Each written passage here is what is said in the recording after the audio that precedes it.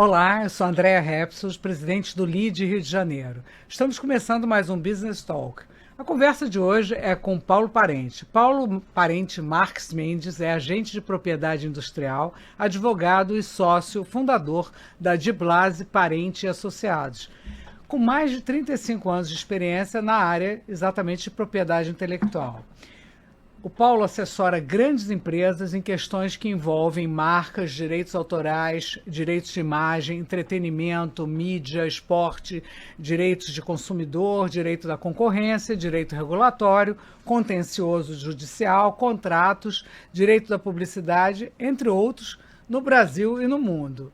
Paulo, muito obrigado por ter aceito o nosso convite. Vai ser ótima a nossa conversa. Obrigado, André. Obrigado por essa apresentação. Eu realmente estou muito satisfeito, feliz de estar aqui com você, para talvez trazer aqui para os seus ouvintes um pouco da experiência que a vida me trouxe, né? Não só no lado pessoal, como no profissional. E ter a honra de estar com você hoje, podendo falar um pouco sobre essa minha trajetória. Você tem uma carreira impressionante com mais de 35 anos, né? Como eu disse. Hoje eu diria 38, já passou um pouco mais. Que bom. Sempre com esse tema da propriedade intelectual, né? Sempre. Como é que isso começou, né? Como é que você se motivou a entrar nesse setor? Olha, André, eu acho que eu desde pequeno sempre fui muito ativo, sempre gostei de esportes, enfim, gostava e gosto muito de estar antenado com tudo que vinha acontecendo. Mas a minha vida, você já me conhece há algum tempo, eu nasci ali na Zona Sul, em Copacabana, aprendi a pegar onda no arpoador, então aquela época do pier, tudo mais. Isso daí faz parte um pouco do contexto de tudo que a gente está falando, essa conexão que existe entre a minha vida pessoal e tudo que eu desenvolvi em termos de trabalho. Então, por nascer ali, eu gostava de jogar bola, futebol, o surf, o jiu-jitsu. Então, tudo isso foi me conectando com pessoas e a praia é um lugar muito democrático. Então, desde novo, eu comecei a me virar. Eu acho que eu já era algum tipo de empreendedor. Então, eu já consertava prancha de surf com 12 anos, né? Eu comecei a aprender a tocar violão, a música, me fascinava aquilo ali desde novo. Com 12, 13 anos já estava tocando, e com 15 dando aula de violão para alguns amigos e amigas ali. Então, você vê, o surf, o jiu-jitsu, a música, tudo aquilo, de alguma maneira, foram skills que me ajudou ao longo da minha carreira. E eu vou te dizer por quê. Quando eu terminei e me formei em Direito, foi mais ou menos em 1986, daí já tem muito tempo, meu primeiro estágio foi no Tribunal de Justiça do Estado do Rio de Janeiro, na época Tribunal de Alçada.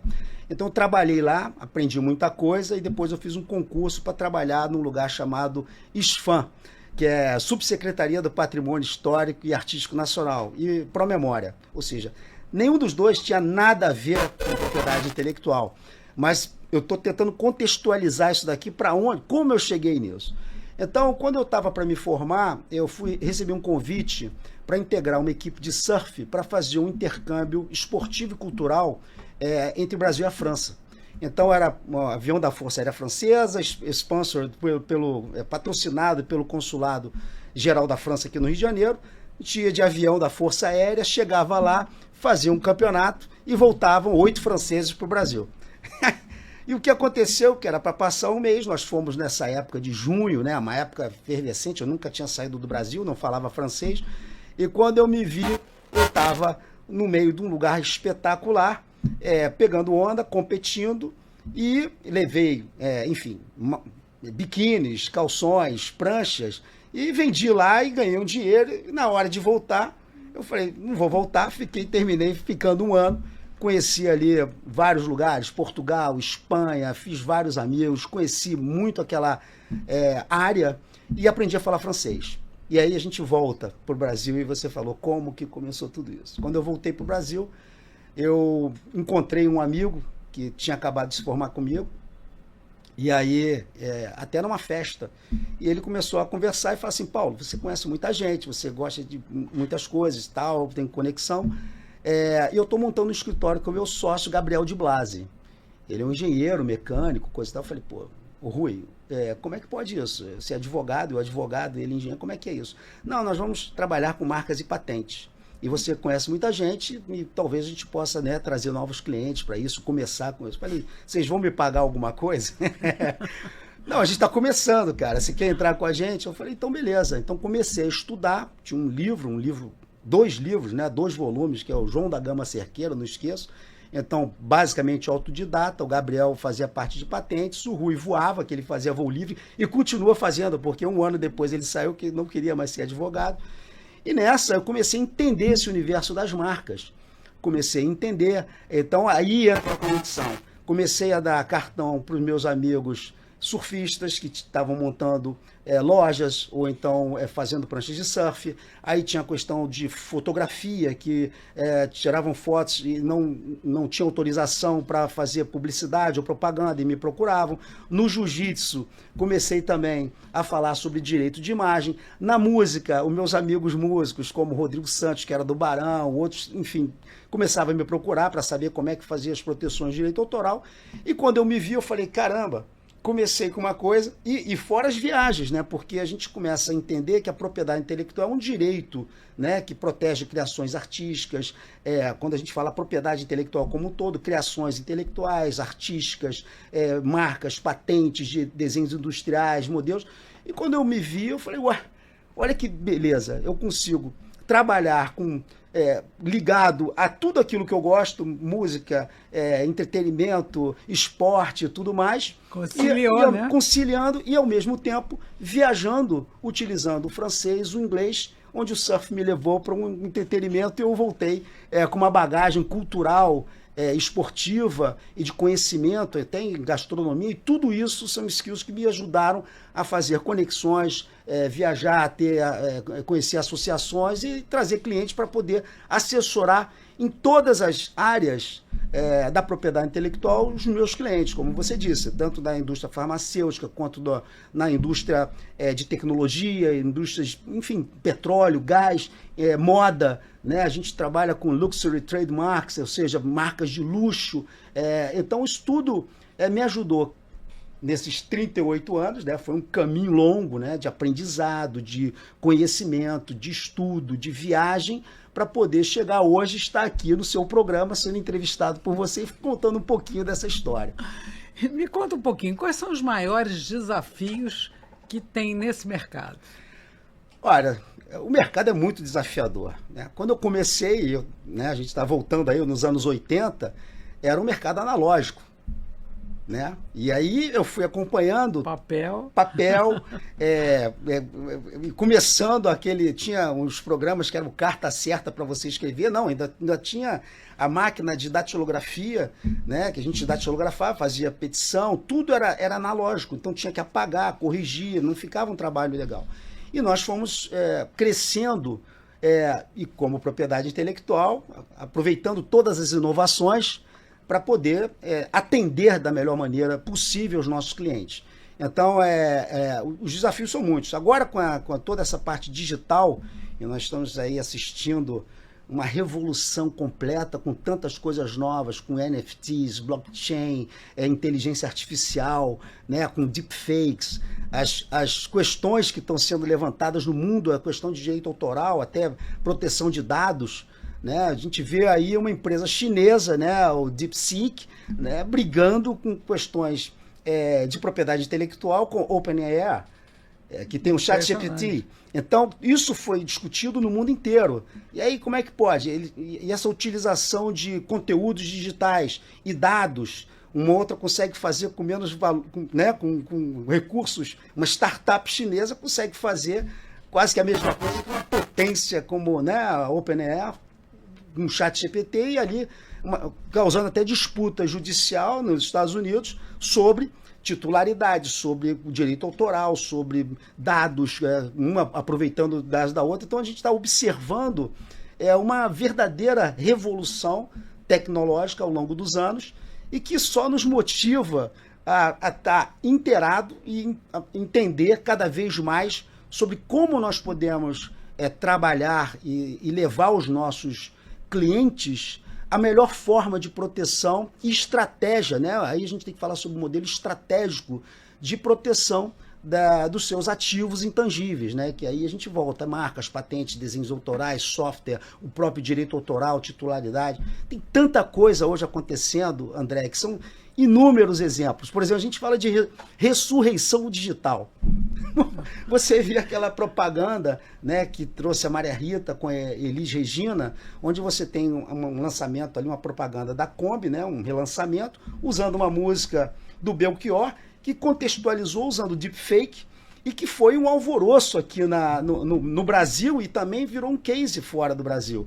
Né? Olha que coisa interessante. Como é que a gente imaginaria a perfeição daquilo? Você olhando a filha conversando com a mãe, as questões aí foram levantadas. Né? Foi até instaurado pelo próprio... assustador. Né? É assustador. O próprio CONAR instaurou um procedimento administrativo, né, que é do Código de Regulamentação Publicitária, mas depois de tantas discussões, as questões aí são muitas, questões éticas, questões legais, até que ponto aquilo ali era possível ou não, aí vai ter diversas outras questões, os contratos que foram feitos, se aquela música ali poderia ser utilizada, sucessores, né, quais são os contratos que foram feitos ali, quem autorizou, quem né? autorizou, o direito de imagem, como é que funciona tudo isso? Então, nós estamos com vários desafios pela frente, mas são desafios muito interessantes e bons para que a gente possa refletir sobre o futuro, né? O futuro do direito, o futuro da sociedade, o futuro ético em todos os segmentos. Porque falando de ética, cada vez está mais acessível um programa que você bota uma voz, a sua voz numa pessoa, troca uma face.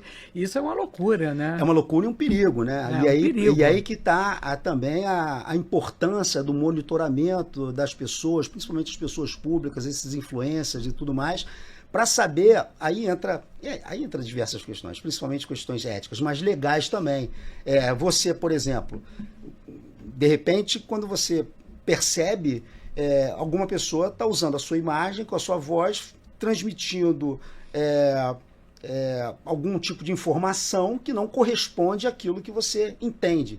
E as medidas judiciais cabíveis para isso? Como é que é regulado isso aqui no Brasil? As plataformas têm responsabilidade sobre isso? Você pode... quais são as medidas que você pode fazer? Tem os notice takedown, você pode notificar, tem as políticas de privacidade das próprias plataformas. A Europa, por exemplo, em 2022, já lançou o Digital Service Act, e o Digital Service Act e o Digital...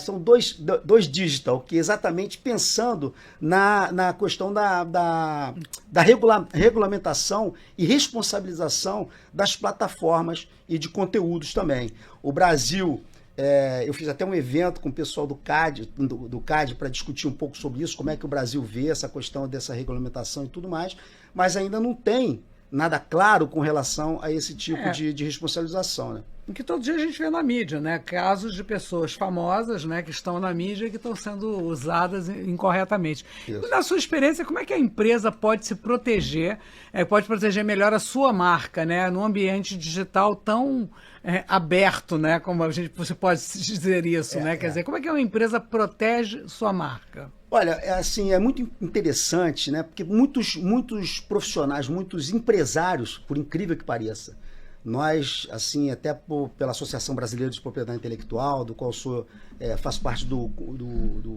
Conselho Executivo, sou diretor jurídico também, nós vimos fazendo diversos congressos ao longo dos anos, de uma forma a educar e conscientizar não só a sociedade, como os empresários, a ter essa atenção para proteção dos seus ativos intangíveis. Eu não estou falando só a marca, eu estou falando desenho industrial, estou falando as patentes, os modelos de utilidade.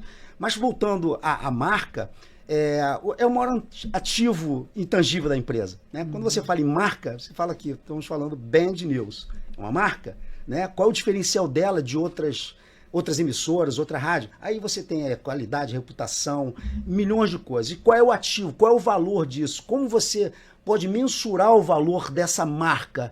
É o que vale mais dentro da empresa. Então, os empresários, antes de lançarem seus produtos, assinalados com essa marca, para diferenciar de outros idênticos ou semelhantes, eles têm que fazer uma verificação prévia, usar profissionais capacitados que estudam bastante isso daí. Então, para iniciar, normalmente, é fazer uma busca de anterioridade, pelo menos eu estou falando aqui no Brasil, né? Se o empresário tem esse interesse em investir efetivamente na marca, fazer uma busca de anterioridade dentro do Instituto Nacional de Propriedade Industrial, né? Você pode fazer sozinho, mas normalmente o ideal é procurar a assessoria de uns profissionais que entendem, conhecem, né? Porque isso daí é muito relevante depois, lá na frente, o barato sai caro. A pessoa pode fazer sozinha, apresenta o pedido de registro, não acompanha, é indeferido, ele pensa que já conseguiu o registro da sua marca, da sua patente, quando vai verificar, quando tem que exercer o direito contra um terceiro que está usando a sua marca ou a sua patente, ele não tem aquele direito. Então, faz-se uma verificação da marca, se existe, dentro daquelas atividades que ela exerce, são 40 e tantas marcas, 40 e tantas classes de produto e serviço, e aí você, olha, tem chance, vamos tentar, apresenta o pedido de registro, acompanha, e aí sai a concessão do registro. Mas é claro que os empresários, que são aqueles que querem realmente expandir, existe aí uma questão de expansão em outras jurisdições. Então você tem que pensar estrategicamente, para onde eu vou vender o meu produto? É um produto, é um serviço? Eu consigo um contrato fora para exportar o meu produto. Mas para onde eu vou exportar? São 2 países só? Beleza, a gente tem que analisar isso, porque existe um Brasil, por exemplo, ele assinou um protocolo, que é o Protocolo de Madrid, né? Desde 2019 está aqui implementado no Brasil, que é o Registro Internacional de Marcas. Você pode fazer um registro internacional de marcas e se beneficiar da proteção em diversos países. É um custo razoável, mas você não gasta diretamente com os advogados em cada um dos países. Mas tudo isso você tem que pensar estrategicamente. Vamos lançar só na Argentina, por exemplo? Então vamos fazer individualmente na Argentina, verificar se tem uma marca lá parecida ou não, protege na Argentina, e aí você tem a questão da exportação. E aí vai tocando. Tem a questão da proteção no metaverso, proteção digital, você tem que ver qual é a classe de atividade que você oferece a melhor garantia de proteção.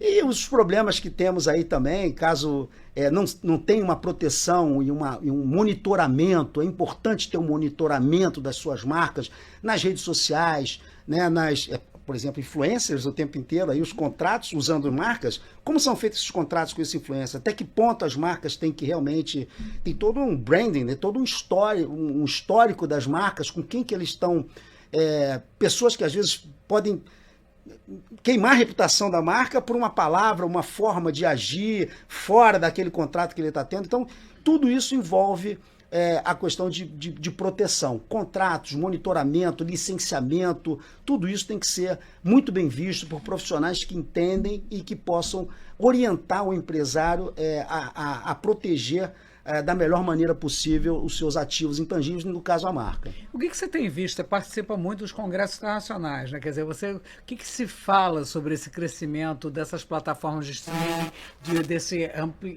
ampliou de uma forma impressionante, né? A participação digital, né? Quer dizer, a marca hoje, você faz aqui, ela está no mundo inteiro em 5 segundos. O que se fala? Como é que você se prevê esse futuro do direito autoral? O que a empresa tem que pensar antes dela botar uma marca dela, talvez até na mão de um influencer, né?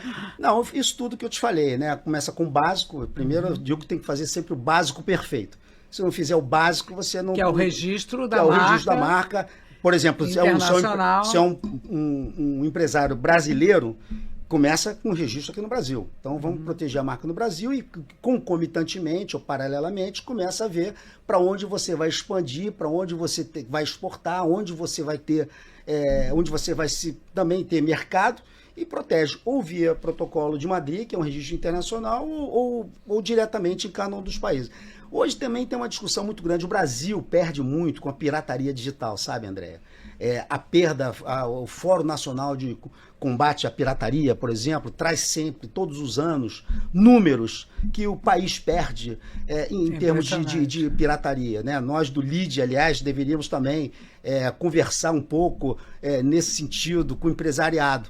da importância que é esse monitoramento, tomar conta, tomar pé da situação, com a perda e evasão fiscal que existe, e que isso daí vai contra, né, o desenvolvimento social e econômico do país. Né? Então, a pirataria com desvio de sinais. Tem ali, por exemplo, estamos aqui numa emissora, né, Band News, o que sofre com desvio, né, de sinais e o que se perde com isso daí, inclusive com sites que são criminosos, né, que tem aí questões de pornografia, questões com menores e tudo mais, é absurdo.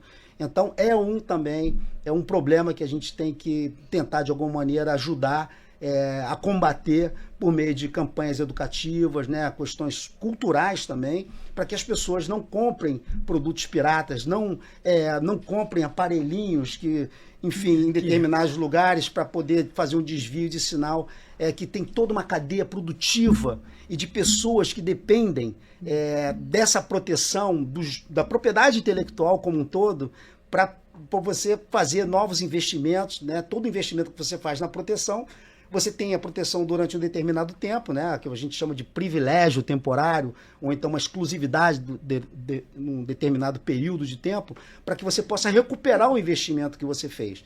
Então, é muito importante a conscientização da população e das pessoas, da sociedade, e não comprar produto pirata, não desviar, não usar aparelhinhos para desvio de sinais de determinadas plataformas. Então, quer dizer, é por aí que a gente vem trabalhando e orientando nossos clientes para que eles possam não só perder, né, como também não infringir direitos de terceiros.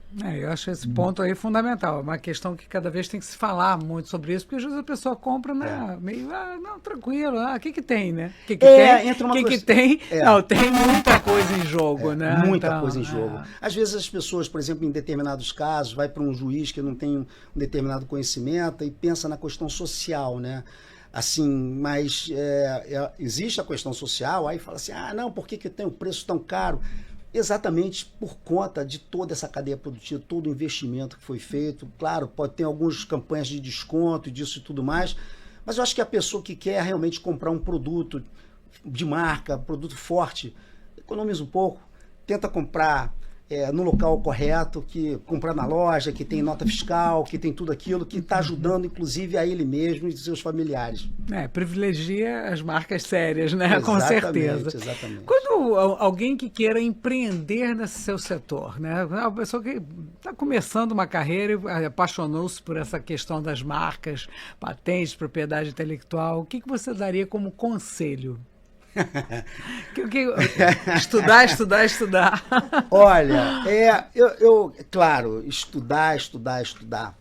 Mas como eu te disse, tem pessoas que às vezes estudam e às vezes faltam determinada, não vou dizer sorte, né? Porque nem todo mundo, às vezes eu vejo essas questões motivacionais, né? Pensa, você vai conseguir chegar onde você vai, você pensa, acredita e tal, e nem sempre é assim. É muito difícil você começar, por exemplo, do zero e você chegar a uma determinada posição, exige muito esforço, muita resiliência, muita persistência, muita paciência, mas não só o estudo, mas eu acho que, como eu te disse, comigo deu certo e antigamente as pessoas, eu sofri preconceito. Você ser do Rio de Janeiro, surfista, e falar que você gosta de jiu-jitsu e jogar bola, quando eu chegava assim para falar com as pessoas, eu comecei a me destacar nessa forma, eu sempre mostrei isso, sempre quis dizer que eu tenho esse lifestyle, eu tenho esse gosto pelas coisas que eu faço, o amor pelas coisas que eu faço. Né? Então, quer dizer, as conexões, conhecer pessoas, networking, falar, se desenvolver, viajar, buscar cultura, tudo que você possa trazer para a tua vida, eu acho que vai te ajudar no teu desenvolvimento pessoal e profissional. Então, o conselho que eu dou é ficar sempre ligado, conheça as pessoas, se comunique, estude, viaje, né? E se puder, pratique esportes coletivos, né? Individuais também, cuide da saúde, da mente, do aspecto espiritual e segue em frente que se o que tiver que ser para você, vai ser. Agora tem que fazer a sua parte. Você é um exemplo excelente de quem consegue conciliar uma vida atribulada de trabalho com um lifestyle onde você não abre mão de nenhum dos seus hobbies, né? Você continua surfando, continua treinando, então nadando, isso é jogando. Meu pai, por exemplo, para mim, é um grande exemplo de vida. O meu pai é um advogado, recebeu recentemente a medalha com decoração da OAB, né, do Rio de Janeiro, até pela atual presidente Ana Tereza Basílio, da medalha Sobral Pinto, pelos mais de 60 anos prestados à advocacia.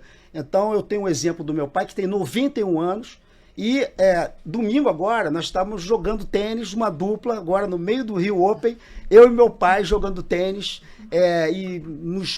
trocando ideias, e ele correndo atrás, e eu errando ali, ele brigando comigo, que eu tinha que correr mais atrás.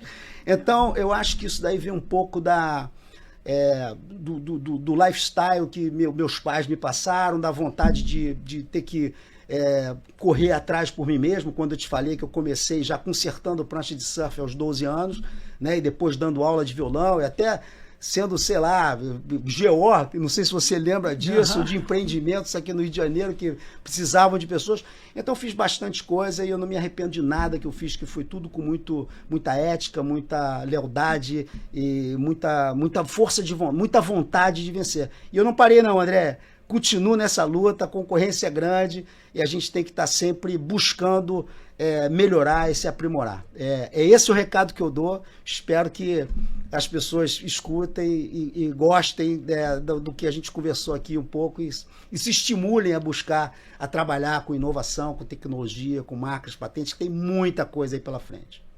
Muito bom. Eu queria agradecer muito a Paulo Parente, que é agente de propriedade intelectual. Queria agradecer muito ao Paulo Parente, que é agente de propriedade industrial, advogado e sócio fundador do De Blasi Parente Associados. Muito obrigado, nossa conversa foi ótima. Acho que a gente podia ficar aqui horas conversando. André, excelente. Não tem como não ser uma conversa ótima com você. Você sempre me deixando à vontade, uma pessoa super do bem, sempre trazendo e buscando, né, melhorar o Rio de Janeiro com suas conexões e tudo mais. Eu não queria deixar de agradecer também e falar que esse tempo todo que eu tenho, esses quase 38 anos, que eu comecei junto com o meu sócio Gabriel de Blasi, que também claro que sem uma parceria como essa, a gente ajuda e compreensão e um complementando o outro, certamente eu não estaria aqui hoje, e ele também, eu acho que da mesma maneira. Então é uma parceria de longo tempo e eu agradeço muito também ter tido essa oportunidade, essa sorte de ter uma pessoa como ele do meu lado. Agradeço aos nossos ouvintes. Se você gostou do Business Talk de hoje, acesse as nossas plataformas. Tem outros capítulos bem interessantes, conversas muito ricas de temas bastante variados. Até o nosso próximo encontro.